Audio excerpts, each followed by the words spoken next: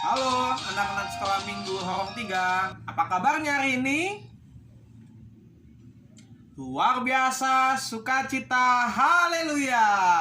Hari ini kita sekolah minggunya dari rumah masing-masing.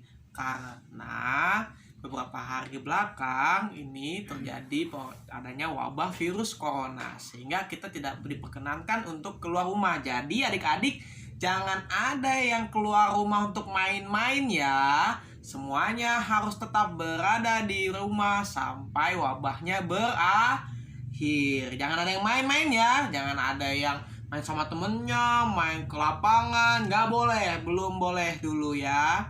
Kita harus tetap berada stay safe in our home. Harus tetap aman di rumah masing-masing. Oleh karena itu kita sekarang belajar Alkitabnya, belajar firman Tuhannya melalui video kali ini. Hari ini kita akan belajar firman Tuhan. Belum belajar firman Tuhan. Nah, coba kita cek dulu. Sudah ada Alkitabnya belum? Coba cek dulu Alkitabnya udah ada belum? Sudah? Dah. Buku tulis. Buku tulisnya udah ada belum? Buku tulis? Buku tulisnya udah ada? Ambil dulu tuh, ada yang belum ngambil buku tulis. Ambil. Dah. Buku lagunya, buku lagu. Udah ada belum buku lagunya? Dah, setelah buku lagu jangan lupa alat tulis. Sudah? Alat tulis? Alat tulis sudah. Nah, lalu jangan lupa kita mempersiapkan hati kita. Nah, sebelum kita masuk ke dalam firman Tuhan, mari kita lipat tangannya, tutup matanya, kita berdoa. Ya Tuhan Allah Bapa yang bertata dalam kerajaan surga, kami ucap syukur Tuhan, Engkau telah memberkati kami dengan kesehatan hingga pada hari ini. Ya Tuhan, saat ini kami akan mendengarkan firman-Mu, biarlah Tuhan berikan kami hikmat, kebijaksanaan agar kami dapat memahami firman-Mu.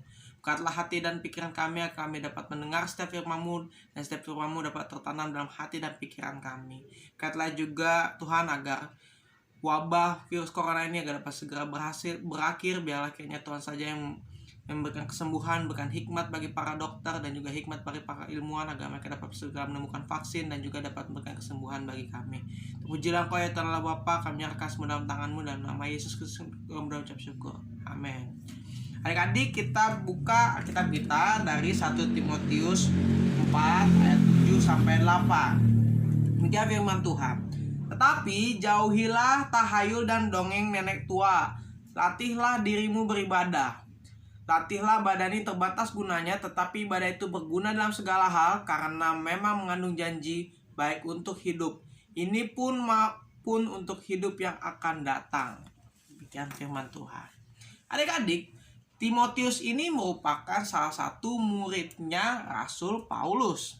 Ya, dia bukan merupakan salah satu muridnya Rasul Paulus yang disebut dengan sebagai anak rohaninya dari Rasul Paulus. Ibunya Timotius namanya adalah Eunike, seorang Yahudi, dan ayahnya merupakan orang Yunani. Nah, neneknya bernama Lois. Nah, Timotius ini di keluarganya oleh ibunya Eunike dan neneknya Lois itu sudah sangat rajin beribadah. Dari dulu mereka sangat rajin beribadah. Mereka selalu diajar untuk baca firman Tuhan, terus juga selalu berdoa setiap pagi, siang, dan sore maupun dalam setiap aktivitas. Nah, Timotius setelah mendapatkan pengajaran oleh Paulus, dia mendapatkan tugas untuk melayani di Efesus. Nah, di Efesus ini banyak sekali halangan dan rintangan dalam pelayanan. Banyak orang-orang pengajar-pengajar sesat, ada juga orang-orang yang bandel yang susah dibilangin. Nah, Timotius pun tidak patah arah dalam melakukan pelayanannya. Dan juga Rasul Paulus pun akhirnya memberikan bantuan berupa menuliskan surat kepada Timotius yang berisi nasihat-nasihat. Salah satu nasihatnya adalah yang tertulis di dalam 1 Timotius 4 ayat 7 sampai 8. Nah, pesan apa yang kita bisa angkat dari 1 Timotius 4 ayat 7 sampai 8?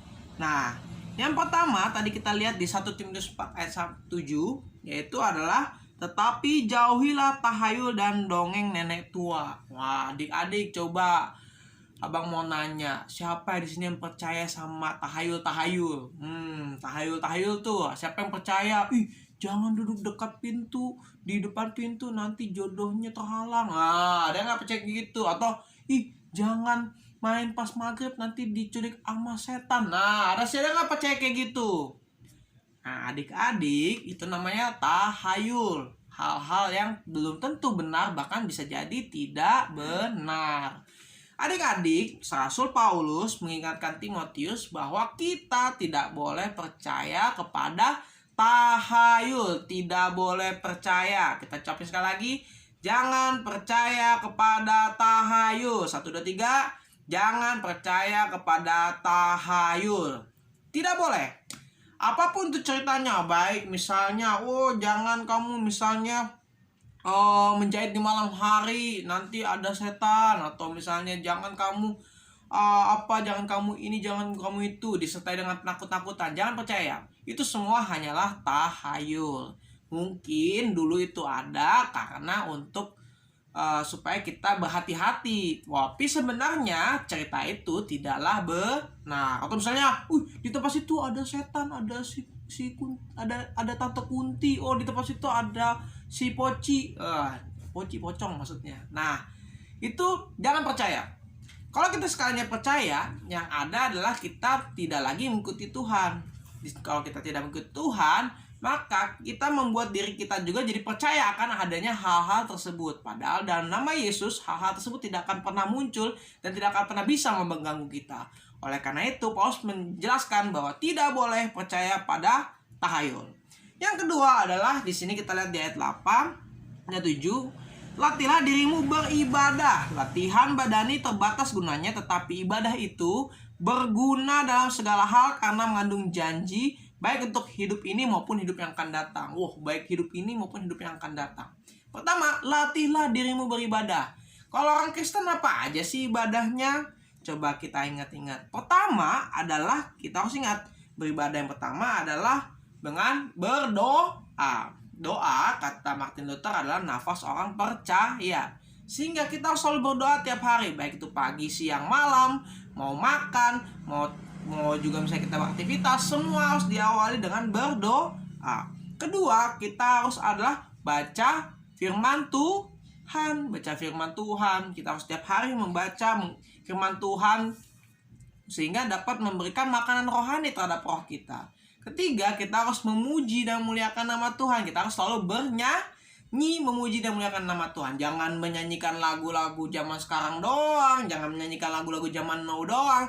Harus bisa menyanyikan lagu-lagu yang berhubungan dengan rohani. Lagu-lagu firman Tuhan. Dan yang keempat adalah kita harus rajin beribadah berupa bersekolah minggu. Jangan sering kesiangan. Jangan nonton kemalaman sehingga besoknya kesiangan. Nah, jangan pernah kayak gitu. Ada 4 tadi. Sekali lagi, pertama adalah kita selalu berdoa. Kedua, baca firman Tuhan. Ketiga, harus selalu memuji dan memuliakan nama Tuhan melalui nyanyian. Keempat, kita harus selalu beribadah sekolah minggu. Tuh, 4 itu. Dan ini harus selalu dilatih. Selain latihan yang ini, kita juga harus melatih kedisiplinan kita. Misalnya, kalau mau sekolah minggu, tadi abang kan selalu nanya, kalau Kak Deborah selalu bilang harus ada 5 hal. Jangan lupa nih, selalu membawa apa? Bawa Alkitabnya, bawa buku tulisnya, bawa buku lagu sekolah minggunya, bawa udah ada buku tulis, jangan lupa alat tulisnya, dan juga hati yang siap untuk mendengarkan firman Tuhan. Harus selalu dipersiapkan. Jangan mau sekolah minggu, paginya baru masukin Alkitab, baru masukin buku catatan, baru masukin lagu sekolah minggu. Bukan. Harusnya dari malam sebelum tidur udah dimasukin semua Alkitab, buku dan segalanya ke dalam tas, sehingga besok pagi bisa langsung berangkat. Juga tadi misalnya baca firman Tuhan setiap hari. Gimana caranya? Disisihkan waktunya sebelum tidur, buka kitabnya, doa dulu, setelah berdoa baru baca firman Tuhan. Udah baca firman Tuhan, kamu renungkan, barulah kamu doa, Tuhan, katalah agar hamba bisa melaksanakan firman-Mu. Seperti itu setiap hari.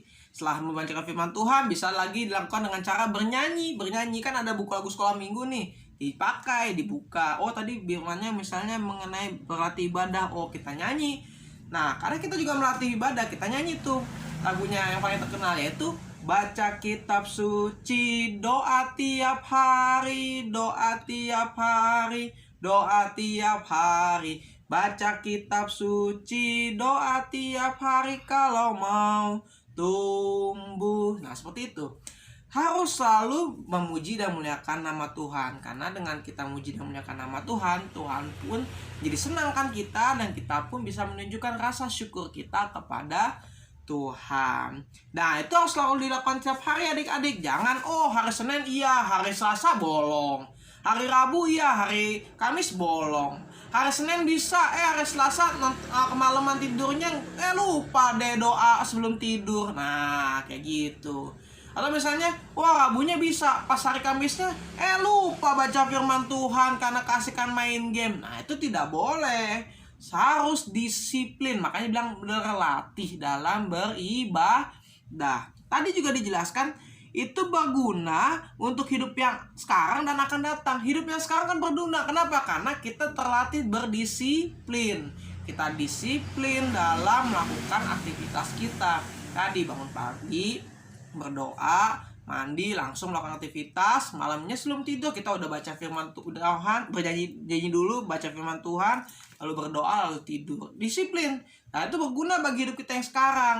Nah itu juga akan berguna bagi hidup kita yang akan datang. Karena Tuhan melihat, oh iya ya, pada saat penghakiman nanti Tuhan lihat, oh iya benar ya, siapa ya misalnya si Turedo. Oh Turedo ini misalnya ternyata setiap hari baca firman Tuhan, memuji muliakan namaku terus. Nah di sini masuk anak baik, makanya akan berguna bagi kehidupan yang akan datang, masuk surga deh. Itu adik-adik. Jadi itu ya adik-adik, kita harus melatih diri kita untuk beribadah. Sekali lagi abang ingetin, pertama adalah latih beribadahnya dengan apa? Pertama adalah dengan cara berdoa. Kedua, baca firman Tuhan. Ketiga, memuji dan memuliakan nama Tuhan. Keempat, dengan cara kita rajin ibadah sekolah minggu. Ingat, ibadah sekolah minggu kita jam berapa? Jam 6:30. Tapi untuk minggu-minggu ini belum ada ibadah sekolah minggu di gereja. Ibadahnya melalui video seperti ini, karena kita masih ada dalam wabah. Demikianlah firman Tuhan hari ini. Biarlah kiranya setiap firman kita tertanam dalam hati dan pikiran kita masing-masing. Amin.